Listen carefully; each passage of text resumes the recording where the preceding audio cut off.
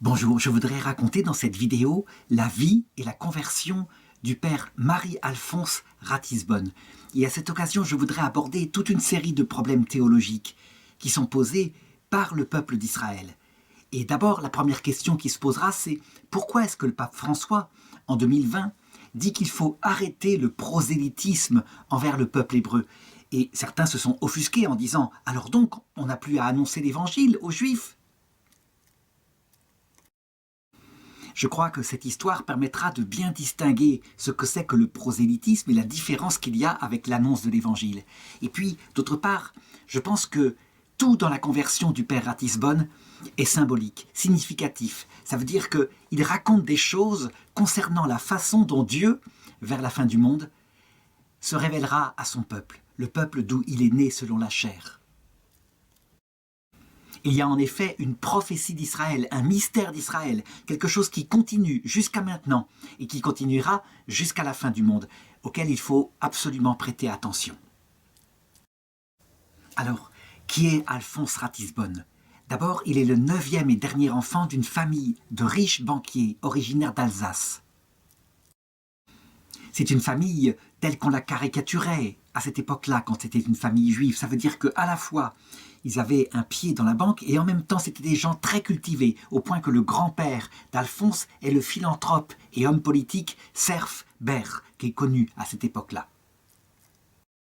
Il est né exactement le 1er mai 1814, donc nous sommes encore dans l'épopée napoléonienne, et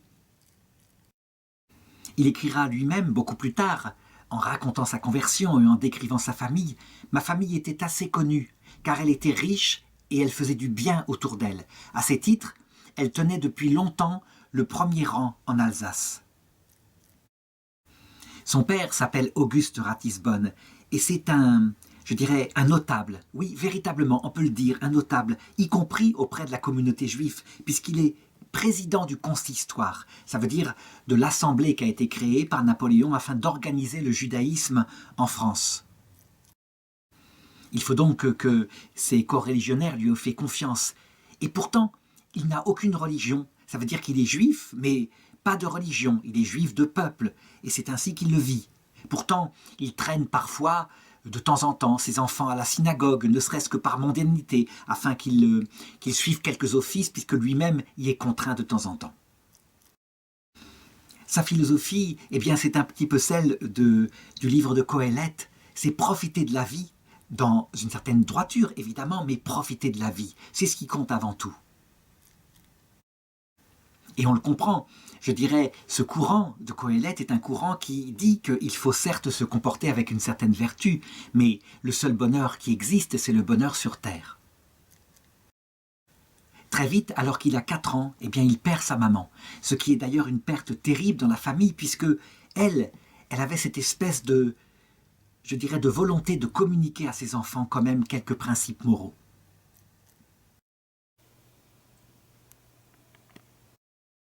Alors évidemment, les enfants sont très doués en classe, les parents poussent énormément à l'étude, et donc en 1825, eh bien, il commence ses études au Collège royal de Strasbourg. Et alors il va se produire dans la famille un événement absolument inédit, inouï, mais l'événement qui est le plus craint dans la communauté juive et qui se produit de temps en temps. Il le raconte lui-même. À cette époque, à peu près lorsque j'avais 13 ans, un événement porta un rude coup à ma famille, parce que mon frère aîné, Théodore, qui avait 12 ans de plus que moi, se déclara catholique.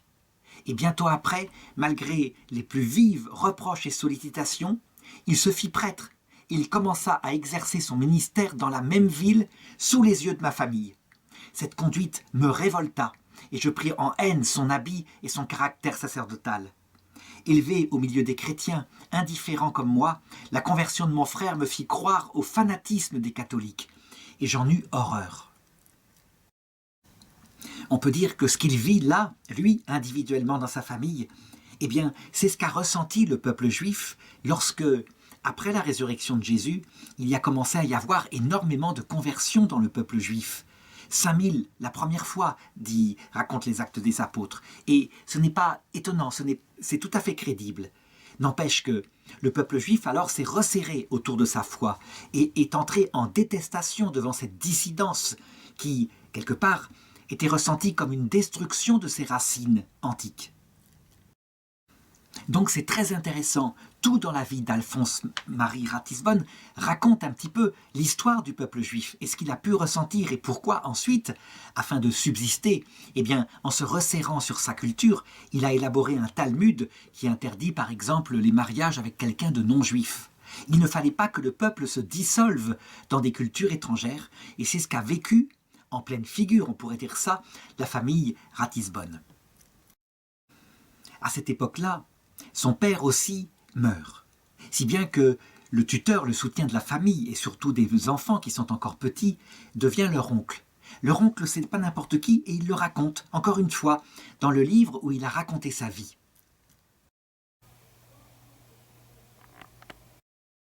Cet oncle, si connu dans le monde financier, voulut m'attacher à la banque dont il était le chef. Je fis mon droit à Paris, puis je revins auprès de lui, et il me donna toute latitude. Je pensais qu'on est au monde pour en jouir. J'étais juif de nom, je ne croyais même pas en Dieu. Je n'ouvris jamais un livre de religion dans la maison de mon oncle, pas plus que chez mes frères et sœurs, on ne pratiquait la moindre prescription du judaïsme. Alors pourtant, raconte un témoin de cette époque-là, son cœur s'est conservé pur. Ça veut dire qu'il aurait pu tomber dans toutes sortes de jouissances dépravées, comme par exemple aller voir des prostituées, jouer aux jeux d'argent, etc., se mettre à boire de l'alcool. Non, pas du tout. Il a une certaine tenue, et cette tenue le quittera jamais de sa vie. On dirait même qu'il a, je dirais, comme un idéal politique, sans doute, je dirais, lié à sa judéité. Toujours est-il qu'on a souvent reproché aux Juifs de cette époque-là d'être ceux qui prônaient le plus la tolérance, la relativité des valeurs, mais aussi l'internationalisme. Il faut le comprendre. Son peuple est persécuté, et donc il s'emploie à servir la cause de son peuple qu'il estime opprimé, et à travailler à obtenir pour lui une parfaite égalité de droits en France, ainsi qu'une fusion plus entière dans l'ensemble de la société.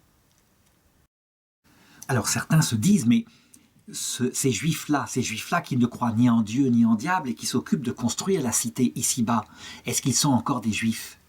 La réponse est, pour nous catholiques, absolument. Parce que le peuple juif, c'est un peuple normal. Il est composé d'individus de diverses pensées. Il ne faut pas croire qu'il n'y a que des banquiers, même si c'est la caricature qui a pu être donnée à cette époque-là. Il y a des millions de juifs, petits paysans, jusqu'au fond de l'Ukraine. Et puis, il y a des juifs athées, matérialistes comme lui, qui veulent jouir de la vie, et d'autres très religieux. Ils sont aussi sensibles au courant du temps. Par exemple, Théodore Herzl, celui qui va, à peu près à cette époque-là, un peu plus tard, mettre par écrit le désir de créer un foyer national juif où le peuple juif puisse être responsable de lui-même et ne puisse plus être persécuté, eh bien, il est simplement dans le courant des nationalismes de la fin du XIXe siècle. En tout cas, on peut dire que pour lui, une vie formidable s'ouvre à lui. Il est jeune, son oncle lui fait confiance, il est riche, et puis voilà qu'on le fiance avec sa nièce qui n'a que 16 ans, qui est une magnifique jeune fille, très pure, et de cette façon-là, eh bien, les racines juives resteront dans le peuple. Évidemment, il est très content de cela. D'ailleurs, en voyant sa beauté, sa grâce, sa simplicité, il racontera plus tard qu'en fait, il a été touché par quelque chose de plus que de la jouissance de la vie, par quelque chose de grand dans l'être humain. Il écrit « Dans la négation où j'étais de toute foi, je me trouvais parfaitement en harmonie avec mes amis, catholiques ou protestants, indifférents. Mais la vue de ma fiancée éveillait en moi quelque chose qui me portait à croire en l'immortalité de l'âme. Bien plus, je me mis instinctivement à prier Dieu et je le remerciais de mon bonheur. Et pourtant, je n'étais pas heureux. Alors il ne s'explique pas ce malaise qu'il a en lui. C'est un malheur qu'il garde secret, qu'il ne dévoilera que plus tard, un peu dans un livre qui ressemble aux Confessions de saint Augustin. Quelque chose lui manque, peut-être quelque chose de sacré, peut-être parce que l'âme humaine n'est pas faite que pour le bonheur terrestre. Toujours est-il que, extérieurement, il dit « Je voyais ma famille au comble de la joie, car je dois dire qu'il est peu qu'il en est peu où l'on s'aime plus que dans la mienne. Un seul membre m'était odieux, c'était mon frère Théodore. Sa parole sérieuse de prêtre excitait ma colère. Je nourrissais une haine amère contre les prêtres, les églises, les couvents et surtout contre les jésuites, c'est là qu'il était rentré. Heureusement, mon frère quitta Strasbourg, il était appelé à faire son ministère à Notre-Dame-des-Victoires à Paris. Son départ me soulagea d'un grand poids. Et ensuite, il se fiance, mais évidemment, comme la jeune fille est beaucoup trop jeune, on lui demande de partir, de profiter de quelques années de liberté comme ça pour voyager à travers l'Europe, je dirais, pour se forger une plus grande expérience, ce qui permettra à la jeune fille évidemment de grandir, de terminer ses études, etc. Il faut remarquer la nomination de son frère à Notre-Dame-des-Victoires. C'est significatif dans cette histoire-là. On peut être certain qu'il a prié Notre-Dame là-bas, mais il faut le remarquer, sans du tout faire aucune prédication auprès de son frère. Il sait que ça ne sert à rien. Il sait que ça le mettrait très en colère.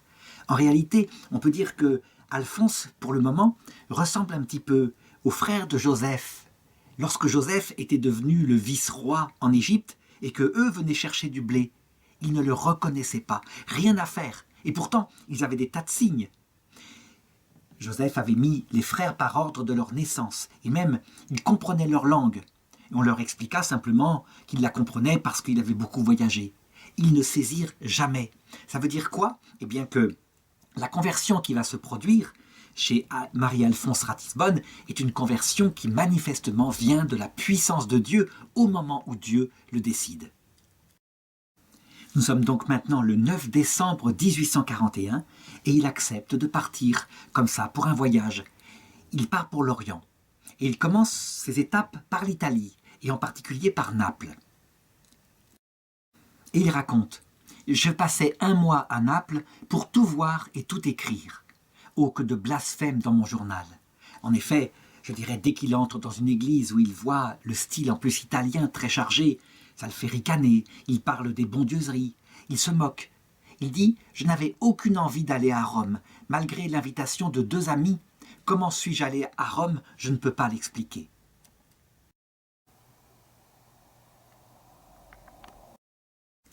Alors finalement, il arrive le 6 janvier à Rome et il commence à tout visiter, fiévreusement.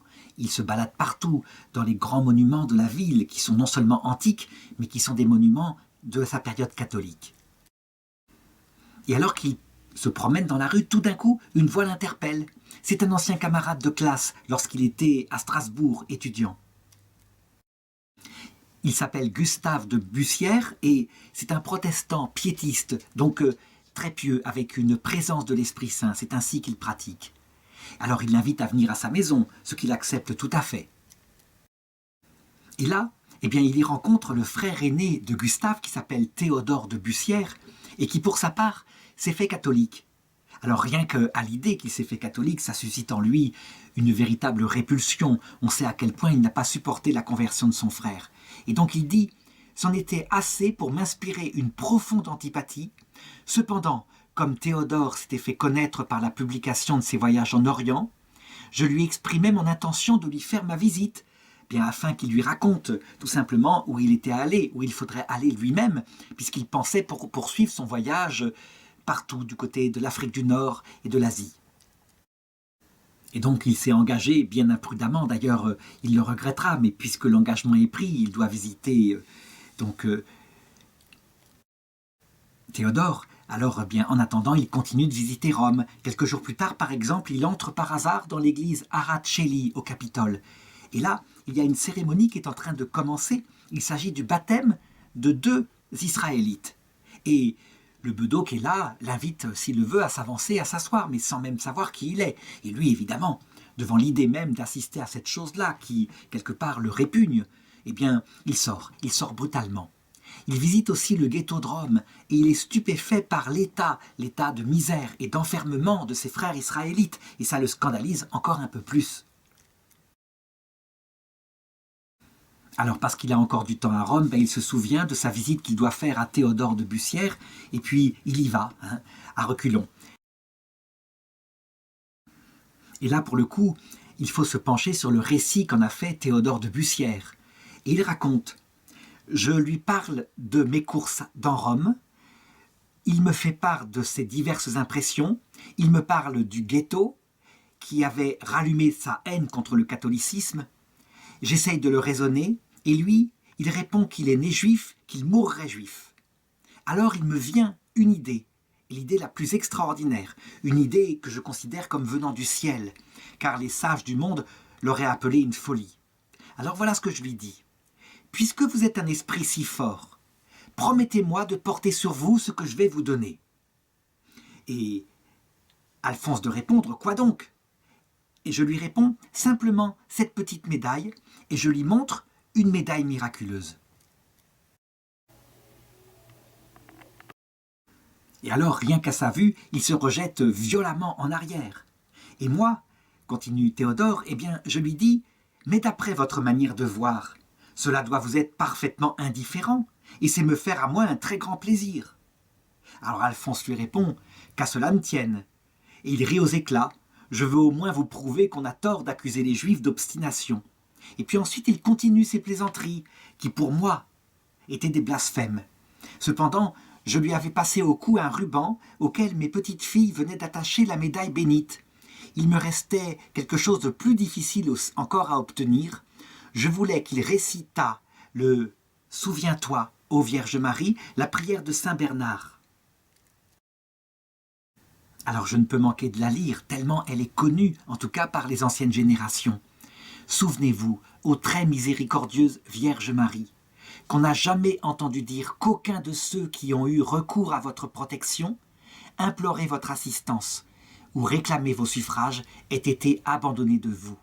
Animé d'une telle confiance, ô Vierge des Vierges, ô ma mère, je viens vers vous, et gémissant sous le poids de mes péchés, je me prosterne à vos pieds.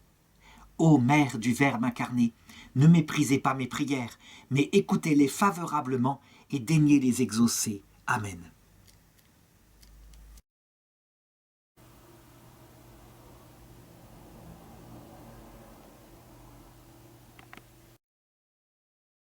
Alors Théodore de Bussière raconte comment, là pour le coup c'était trop, et Alphonse Ratisbonne vraiment se rejetait en arrière en disant « mais n'exagérez pas tout de même, hein, ne me forcez pas à réciter cette chose de piété auquel je ne crois même pas ». Eh bien, il raconte que je le suppliais de l'emporter avec lui, mais d'être assez bon pour la copier parce que je n'en avais pas d'autre exemplaire.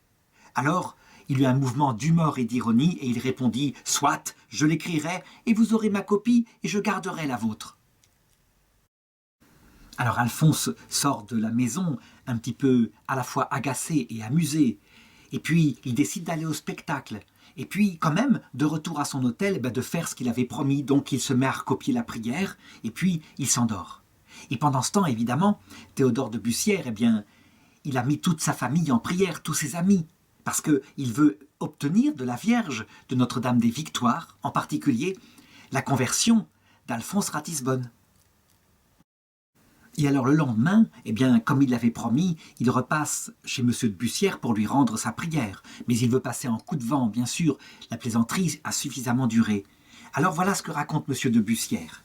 Bien qu'agacé par mes instances, il lisait et relisait la prière devant moi, afin d'y découvrir ce qui la rendait si précieuse à mes yeux. Alors, évidemment, il se moque de lui, et donc il l'apostrophe en lui disant « En fait, vous êtes un sorcier, vous êtes un magicien, vous attendez quelque chose de magique, n'est-ce pas? Vous me connaissez depuis 24 heures, et vous me forcez à entendre des choses que mon frère même n'oserait pas me dire. » Et Alphonse est déjà levé pour partir, il est dans l'entrée, quand son hôte lui dit « Mais non, non, vous ne partirez pas, vous ne partirez pas. » Alors Théodore lui répond « Mais impossible, je dois partir, j'ai retenu ma place aux messageries. Vous ne partirez pas, dussé-je vous tenir sous clé dans ma chambre. » Alors je lui expliquais, dit M. de Bussière, qu'il ne pouvait quitter Rome sans avoir vu une cérémonie à Saint-Pierre, et qu'il y en avait une dans quelques jours.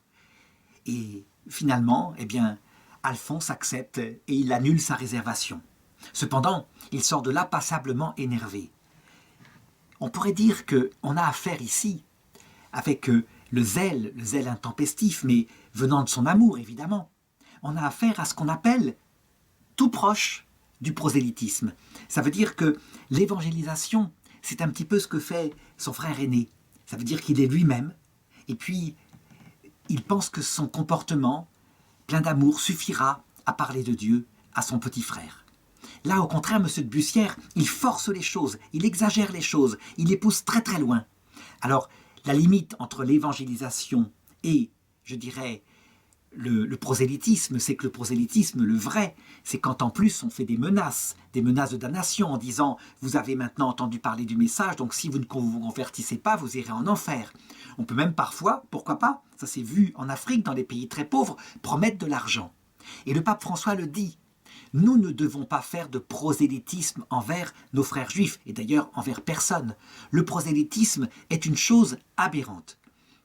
Certains en ont conclu que le pape François ne voulait plus qu'on annonce l'évangile à nos frères juifs. Bien sûr que non, mais je dirais avec une méthode discrète. Et en fait, on pourrait dire que l'attitude de M. de Bussière est comme contredite puisque la conversion va avoir lieu. Oui, mais il faut se souvenir que M. de Bussière, en ce qui le concerne, n'a fait qu'énerver son hôte. Et s'il n'y avait pas eu une intervention céleste, eh bien, Alphonse Ratisbonne serait parti de Rome en disant « les catholiques sont que des fanatiques qui veulent imposer leur foi ». D'ailleurs, c'est ce que Alphonse raconte dans son journal à propos de l'attitude qui va suivre de M. de Bussière, puisqu'évidemment, comme il l'a obligé à rester à Rome, eh bien, il lui fait visiter, évidemment, des monuments de Rome. Et voilà ce que raconte, comment dirais-je, Alphonse Ratisbonne.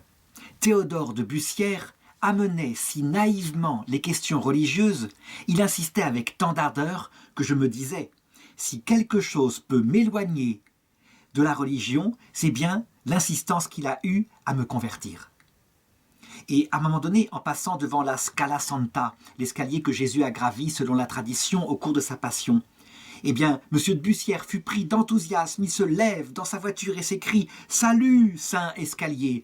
Voici un homme qui te montera un jour à genoux. » Et moi j'étais là et j'en riais, mais j'en riais jaune parce que ça commençait à être un petit peu pesant. Et je dis à mon apôtre qu'il n'obtiendrait rien de moi, à quoi il répondit qu'il se tenait pour assuré de ma conversion.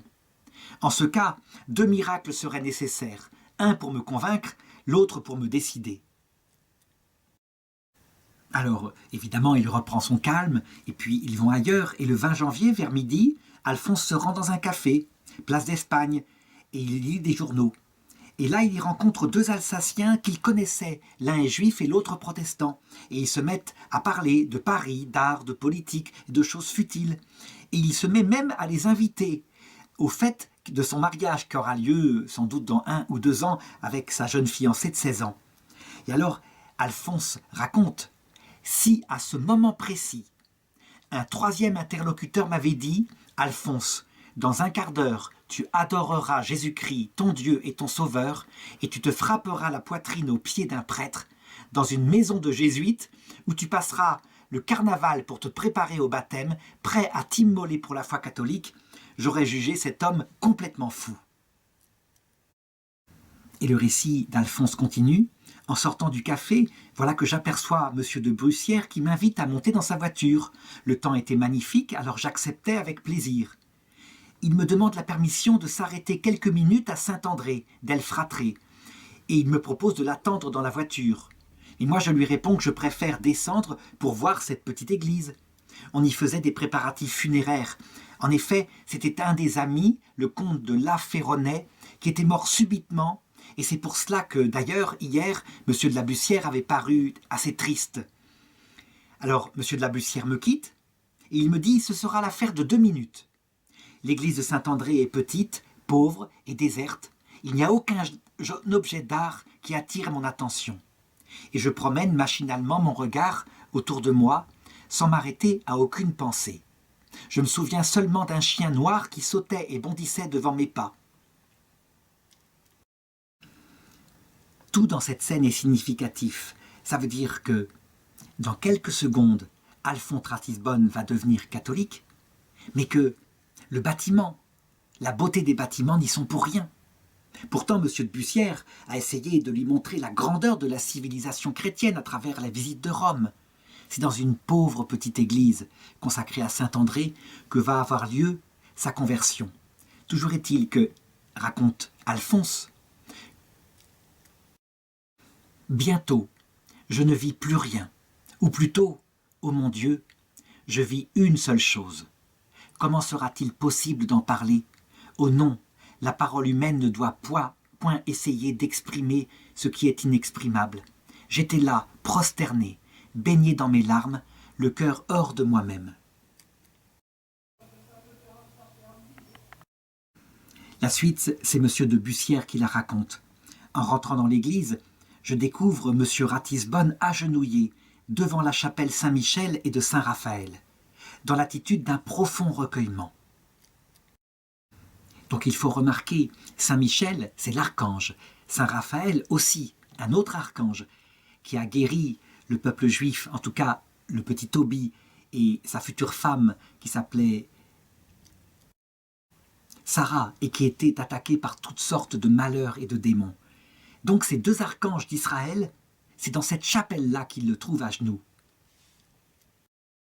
Et il continue, « Je vais à lui, je le secoue à diverses reprises, mais sans qu'il s'aperçoive de ma présence.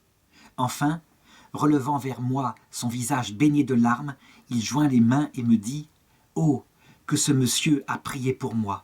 Et il parlait du défunt, à qui j'avais confié 3 jours auparavant l'intention qui me tenait à cœur.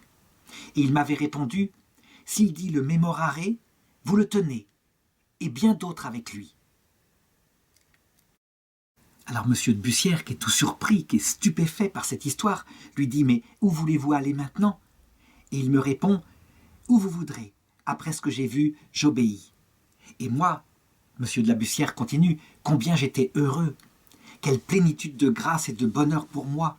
Que Dieu est bon, et qu'ils sont malheureux ceux qui ne savent pas. Je voyais Alphonse Ratisbonne qui couvrait de baisers et de larmes brûlantes la médaille miraculeuse qu'il portait sur lui. Puis il me serra dans ses bras en disant avec un visage illuminé « Conduisez-moi à un confesseur. Quand pourrais-je recevoir le baptême, sans lequel je ne puis plus vivre ?» Alors je le conduisis au Jésus, l'église des Jésuites, près du père Villefort. En l'abordant, il montre sa médaille et s'écrie « Je l'ai vu, je l'ai vu !» Puis il raconte « J'étais depuis un instant dans l'église lorsque, tout d'un coup, je me suis senti saisi d'un trouble inexprimable. Tout l'édifice était comme voilé à mes regards. Une seule chapelle avait, pour ainsi dire, concentré toute la lumière. Au milieu de ce rayonnement, apparut, debout sur l'autel, grande, brillante, pleine de majesté et de douceur, la Vierge Marie, telle qu'elle est sur la médaille miraculeuse. Et une force irrésistible m'a poussé vers elle. La Vierge m'a fait signe de la main de m'agenouiller. Elle a semblé me dire « C'est bien ». Elle ne m'a pas parlé, mais j'ai tout compris.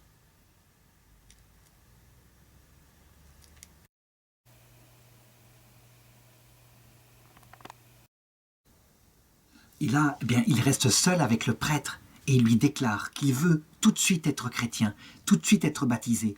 Il lui dit « Je prévois que j'aurai beaucoup à souffrir, mais je suis prêt à toutes les souffrances. Je les mérite parce que j'ai beaucoup péché. » Alors évidemment, sa conversion est très vite connue et à un moment donné, on lui demande de faire un témoignage complet de ce qui s'est passé. Et c'est ce qu'il va faire le 19 février. Il va même déposer devant notaire. Il veut que ce soit officiel parce que jamais plus, il ne pourra le raconter avec tant de proximité. Il dit « Pendant que je voyais la Sainte Vierge, j'essayais plusieurs fois de lever les yeux vers elle. Mais son éclat et le respect me les firent baisser, sans m'empêcher d'avoir la certitude de sa présence. Je fixais mes yeux sur ses mains, et je vis en elle l'expression du pardon et de la miséricorde. En sa présence, bien qu'elle ne m'ait dit aucune parole, j'ai compris l'horreur de l'état dans lequel je me trouvais, la difformité du péché, la beauté de l'Église catholique. En un mot, le bandeau tomba de mes yeux. Pénétré d'un sentiment de gratitude envers la Sainte Vierge Marie, je pensais à mon frère, avec une inexprimable joie. J'éprouvais une vive compassion à l'égard de ma famille, plongée dans les ténèbres du judaïsme et pour les hérétiques et les pécheurs. Ce récit est fort important, il est même extraordinaire parce qu'on peut dire que finalement, il raconte ce qui se passe tous les jours. À chaque fois que un juif, un musulman, un païen, un athée arrive à l'heure de la mort, face au ciel qui se montre enfin dans le passage, et en particulier à l'apparition de la mère de tous les hommes, celle à qui Jésus a confié à la croix les enfants de la terre, afin qu'ils deviennent chrétiens. Eh bien, il se passe exactement la même chose. Les esprits forts, les grands scientifiques, les athées ricanants, ceux qui disent que tout cela, ce n'est que de la légende, devant une telle apparition, lorsque leur cœur a un peu de droiture, bien ils sont bouleversés, et d'un coup, en voyant ne serait-ce que la Sainte Vierge, avec son corps glorieux, et le fait que ce corps ne cache plus son humilité et l'amour de son âme, et la vérité de l'Évangile, eh bien d'un coup, la conversion se fait, et en un instant, non seulement on comprend tout, c'est-à-dire ce que c'est que l'Évangile, le fait que son Fils est Dieu fait homme, le fait que, évidemment, Jésus-Christ ne nous sauve pas tout seul, il vient avec son Église, ce qui est une spécificité de l'Église catholique et orthodoxe, ce que les protestants rejettent. D'un coup, on devient catholique dans le sens fort du terme. Comme dit l'Église, personne n'entrera au ciel sans être catholique, mais évidemment, ça ne se voit pas tellement en cette terre, où l'Église catholique, finalement, eh bien, avec les fidèles qui sont fervents, c'est un petit nombre sur terre qui sont vraiment profondément catholiques. À l'heure de la mort, tout est changé, évidemment, et d'un coup, toutes les erreurs, toutes les hérésies, tout s'en va, et c'est ce que expérimente en un instant Alphonse Ratisbonne. Il faut aussi remarquer, concernant le peuple juif, ce que provoque cette conversion. Tout le monde a essayé, les catholiques ont essayé de le rendre catholique, son frère, lui, uniquement par l'exemple, rien n'y ferait. Rien n'y faisait. Pourquoi ? Parce qu'il y avait, dit-il, comme un voile sur mes yeux, et aussi un agacement, un énervement, qui venait d'où ? Est-ce qu'il venait du démon ? Certains le diront. Mais d'autres diront que peut-être il venait de Dieu. Tout simplement pourquoi ? Parce que Dieu garde le peuple juif comme étant un grand signe qui doit être donné à la fin du monde, au moment du retour du Christ. Donc, le Christ, apparemment, ce qu'il veut qu'il se convertisse maintenant, il le fait. Il en est capable, comme le montre la conversion d'Alphonse Ratisbonne, qui est le plus entêté, et pourtant qui tombe en une seconde. Mais quand il ne le fait pas, c'est qu'il a des raisons. Toujours est-il que dans son témoignage, Alphonse continue, il raconte qu'au moment où il était avec la Sainte Vierge, je ne savais pas où j'étais, je ne savais pas si j'étais Alphonse ou un autre.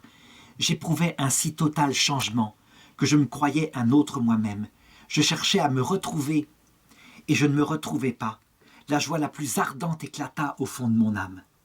Et puis, un peu plus tard, quand son ami, M. de la Bussière, arrive, eh bien, il dit « Mes premiers mots furent des paroles de reconnaissance pour M.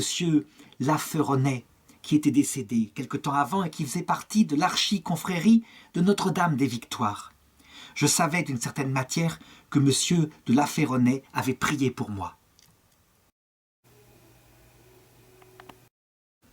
Alors évidemment, ce qui surprend le prêtre, c'est son extrême connaissance de la théologie. Et donc il lui dit, le baptême, vous pourrez le recevoir, mais habituellement ça prend du temps, il faut d'abord faire sa catéchèse, et puis ce n'est pas urgent, puisque vous avez déjà reçu l'Esprit Saint.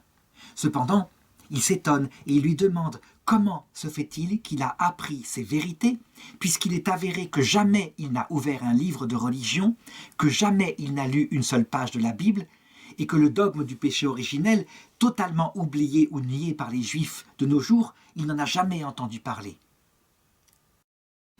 Et donc, Alphonse répond au prêtre qu'il ne saurait le dire.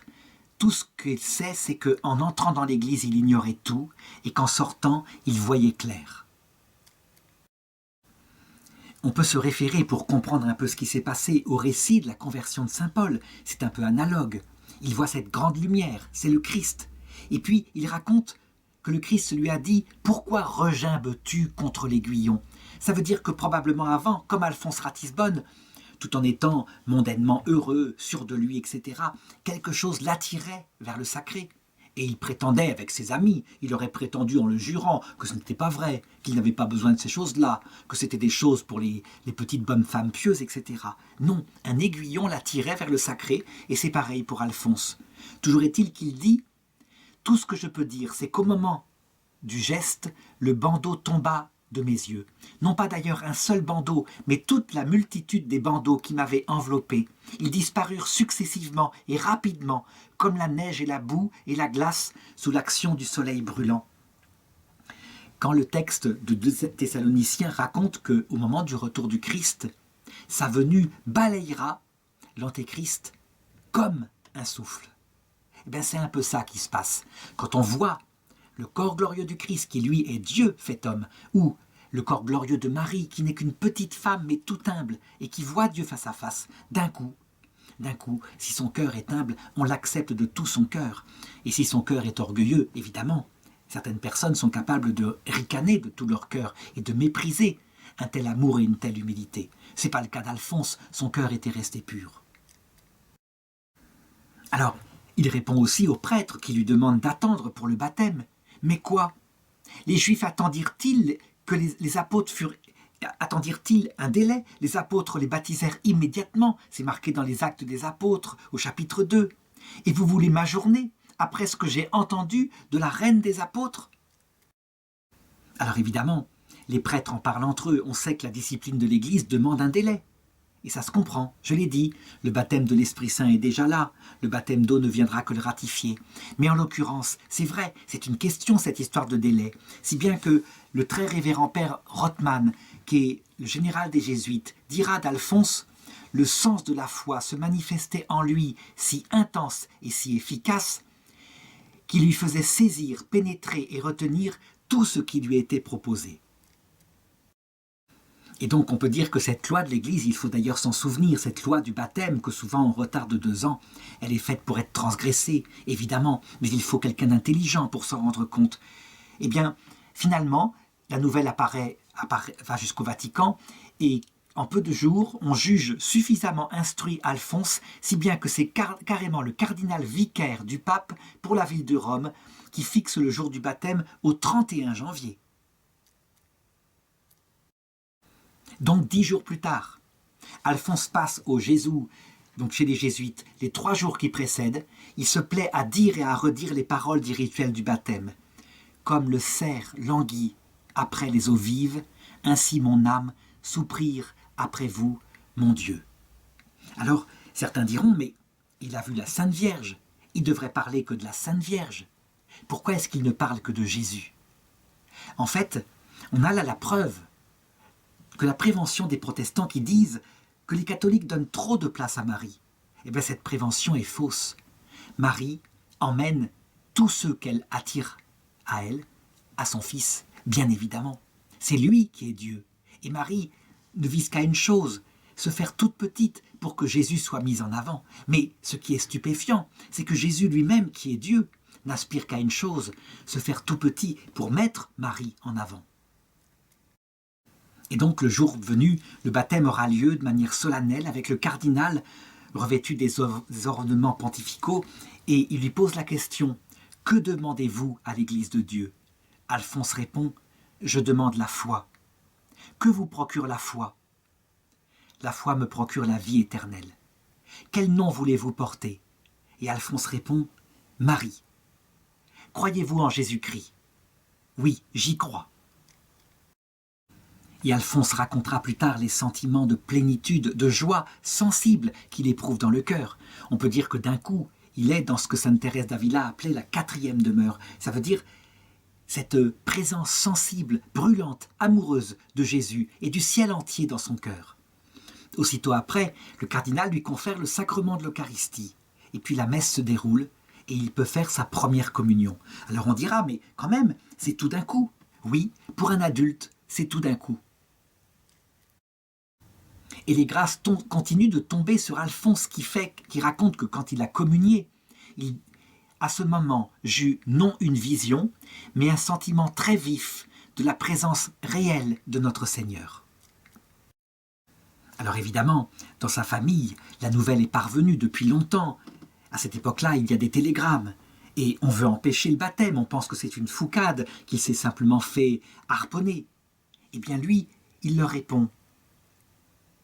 Parce qu'ils lui ont écrit « C'est une chose horrible que de renier la foi de ses pères ». Il répond « Je ne renie pas la foi d'Abraham, de Moïse. je ne renie pas les prophéties d'Isaïe, de Malachie, je ne renie pas David ou Salomon, mais je renie juste Judas l'Iscariote. Et c'est vrai, la découverte profonde que font les Juifs lorsqu'ils se convertissent, c'est qu'en fait, ils ne renient pas du tout le judaïsme. C'est simplement le judaïsme qui s'accomplit. Tout prend sens. Aucun des commandements, disait Jésus, aucun des commandements de la loi, tous, pas un point sur un i n'est aboli, tout est simplement accompli. Alors évidemment, attention, les rituels matériels disparaissent, mais leur sens spirituel devient vivant. Et c'est des choses très simples, comme par exemple la circoncision. Elle est toujours là, mais elle devient la circoncision du cœur. Ça veut dire un cœur repentant, en larmes, modeste, avec la venue du Saint-Esprit, donc le baptême. Les histoires comme par exemple ne pas manger certains aliments, comme le porc, eh bien, prennent leur sens spirituel. Avec chaque animal, le symbole d'un péché. C'est ne pas commettre le péché que symbolise le porc, donc la jouissance de nourriture insatiable, la luxure sexuelle, etc. D'ailleurs, quelques années plus tard, en 1880, deux autres frères, deux juifs, se convertiront à leur tour et deviendront prêtres eux aussi, et ils écriront « L'Israélite, en devenant catholique, ne change pas de religion. Il est par excellence l'homme religieux qui a obtenu la plénitude, comme la tige obtient la fleur. La nouvelle loi n'est que l'accomplissement et la perfection de ce qui l'avait précédé. Partout le même Dieu législateur, partout Jésus-Christ, centre et terme de la loi. » D'ailleurs, beaucoup de juifs convertis m'en ont parlé. C'est étonnant, quand on entre dans une église catholique, on retrouve tout. Il y a l'autel, il y a le tabernacle, il y a le Saint des Saints, tout est là. C'est comme si, je dirais, le temple de Jérusalem, était présent cette fois à travers le temple des églises catholiques et des églises orthodoxes. La manne, le pain que les Juifs avaient mangé dans le désert, ce pain qui était usant et pourtant qui les nourrissait parce qu'il avait quelque part aussi un bon goût, eh bien, on la retrouve par l'Eucharistie, qui est le pain du désert, qui est à la fois extraordinaire puisque c'est la présence réelle de Jésus-Christ et en même temps tellement désertique, parce que Jésus-Christ, on préférerait tellement le voir de nos yeux, comme Alphonse Ratisbonne vit la Sainte Vierge de ses yeux. La conversion d'Alphonse Ratisbonne va être très célèbre à cette époque-là. Elle fait le tour des journaux. Elle est même connue en Allemagne, où d'ailleurs, je dirais, beaucoup de protestants, devant le fait qu'il s'est converti au Christ et par les mains de la Vierge Marie, eh bien, découvriront la dévotion à la Vierge Marie et se mettront à la prier. Par contre, il faut que j'insiste sur le fait que sa conversion est venue par une Vierge d'Israël, la Vierge Marie. Et on voit qu'elle l'a voulu et elle l'a fait comme elle l'a voulu. La puissance de Dieu lui a été donnée parce que c'était sa décision à elle, qui est la reine du cœur de Jésus. Alors, certains disent « Ah, vous la traitez de reine, un peu comme les idoles de l'Ancien Testament. » Non, c'est une royauté qui lui vient de sa petitesse, de son immense humilité. Par contre, ce que ça révèle, c'est que, évidemment, si la Sainte Vierge le décidait, puisque Jésus lui a remis les trésors des décisions, elle pourrait très bien rendre le peuple juif tout entier catholique. Et c'est ce que veut dire le pape François lorsqu'il dit « cette conversion du peuple juif ». On doit certes, quand il demande, leur annoncer l'évangile, mais elle appartient manifestement à Dieu. Et Dieu la fera au moment où il voudra. Et nous pouvons être certains qu'il la fera. Sauf évidemment pour ceux parmi le peuple juif, comme d'ailleurs dans les autres peuples, qui refusent librement par un blasphème contre l'Esprit Saint. Mais ça, c'est autre chose. C'est la liberté individuelle. Alors évidemment, sa famille est furieuse de cette conversion. Et donc, comme elle l'avait fait d'ailleurs pour son frère aîné, elle le rejette. Et donc le 12 avril 1842, ses fiançailles sont rompues et il peut dire au curé de Notre-Dame des Victoires « Ma famille me rend toute ma liberté. Cette liberté, je la consacre à Dieu. » Et le 14 juin, donc moins de 6 mois après sa conversion, il entre au noviciat de Toulouse. Il allait passer 10 années au sein de la Compagnie de Jésus.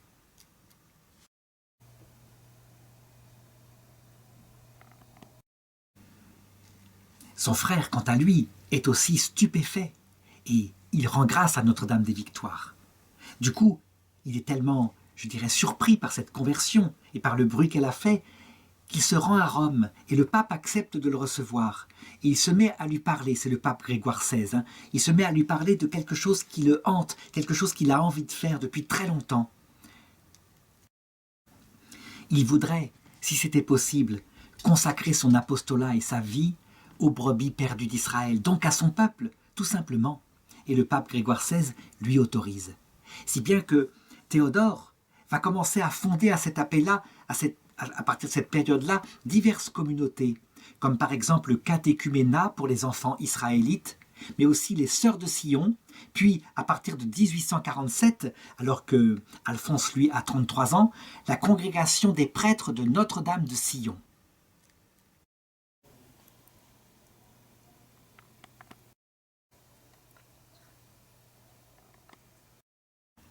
Pendant ce temps, Alphonse, il a fait son noviciat, et puis il a fini par être ordonné prêtre. Et le supérieur général des Jésuites ne l'a admis qu'à des vœux temporaires. Il n'a pas voulu l'admettre à des vœux perpétuels, peut-être parce qu'il prévoit que quelque part il pourra être appelé ailleurs. Et effectivement, Marie-Alphonse Ratisbonne, c'est comme ça qu'il faut l'appeler maintenant, le prénom de Marie étant avant son prénom, eh bien, est convaincu qu'il faut qu'il aille rejoindre son frère pour l'aider dans ses propres fondations.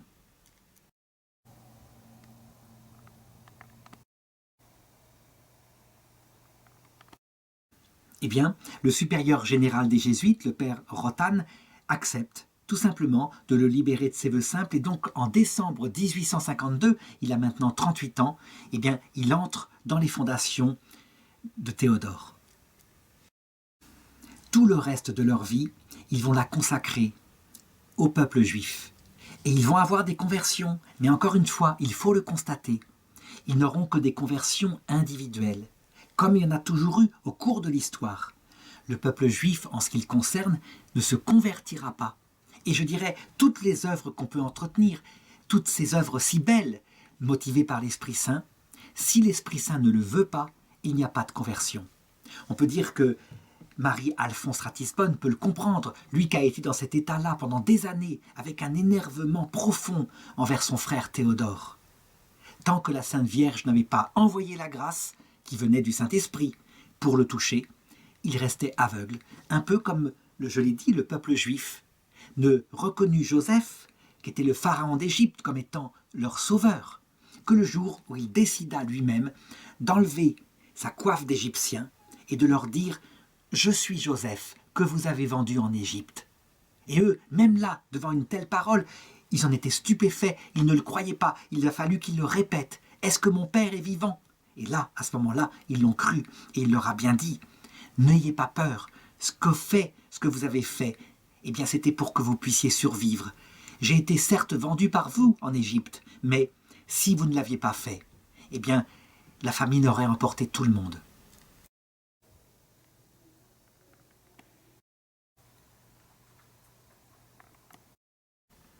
Le peuple juif, bien sûr, n'est pas coupable du péché de quelques dirigeants juifs de l'époque de Jésus, mais on peut dire que Jésus, lorsqu'il leur apparaîtra, leur dira « Je n'ai pas voulu vous donner la foi jusqu'à ce moment où je vous la donne. C'est moi qui l'ai décidé. N'ayez pas peur, c'est parce que je voulais faire de votre peuple, encore sur terre, un grand signe de mon retour dans la gloire. Vous restez le peuple prophète dans votre histoire, et votre histoire terrible, elle révèle au monde entier à quel point le démon peut s'attaquer, je dirais, à notre âme. C'est ce que symbolise, par exemple, ce que vivra le pauvre peuple juif au XXe siècle, évidemment, le symbole du démon étant le nazisme.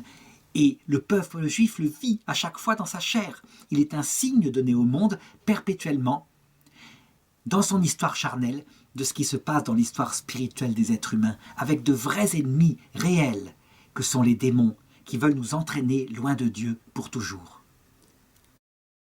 Alors je sais que certains diront, mais ma vision du peuple juif est irénique, je le prends du bon côté.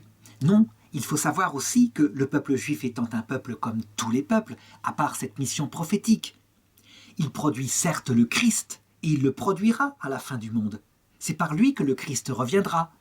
Une série de prophéties d'ailleurs sont données dans l'Évangile, qui annoncent comment ça se passera. Mais de lui naît aussi l'Antéchrist. Ça veut dire celui qui est l'ennemi du salut donné par le Christ. Alors, On pourrait dire, mais donc ils sont coupables? Non, ils sont simplement à l'image de nous-mêmes. De nous peut sortir aussi le bien et le plus héroïque des comportements, jusqu'à donner sa vie pour Dieu et pour le prochain. Mais de nous peut sortir aussi l'antéchrist, le péché mortel, la trahison et même le péché contre l'Esprit Saint, qui fait que certains d'entre nous peuvent mépriser tout cet amour pour l'éternité. Ainsi, ce que raconte Alphonse Ratisbonne et sa conversion, c'est que détester le peuple juif, ou au contraire l'aimer exagérément, c'est se détester soi-même ou s'aimer exagérément. Le peuple juif, il a simplement une mission dont il aurait bien aimé se passer. Mais cette mission est essentielle pour ce qui concerne, je dirais, la compréhension du gouvernement de Dieu sur le monde.